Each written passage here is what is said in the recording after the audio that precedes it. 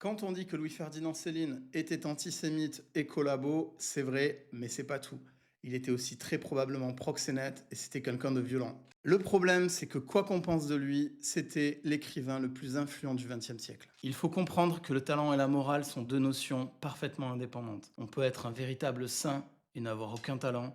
On peut être une ordure et être un génie littéraire. Je pense à des écrivains qu'on peut qualifier de prédateurs, comme Siziazike, Bukowski, Sade ou encore Kaczynski. La littérature, c'est la forme d'art qui permet de pénétrer dans les pensées de quelqu'un.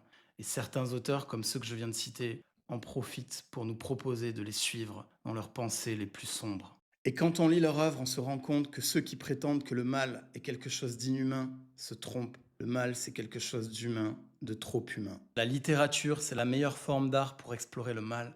C'est la forme d'art du politiquement incorrect. Et je l'ai déjà dit, mais je le répète, on ne peut pas séparer l'œuvre de son auteur, puisque l'œuvre, c'est l'empreinte que laisse l'âme de l'auteur dans le monde réel. Pour autant, je pense qu'il est fascinant d'explorer les œuvres noires. Il y a quelque chose de très positif, c'est qu'on se rend vite compte que la morale est une notion relative.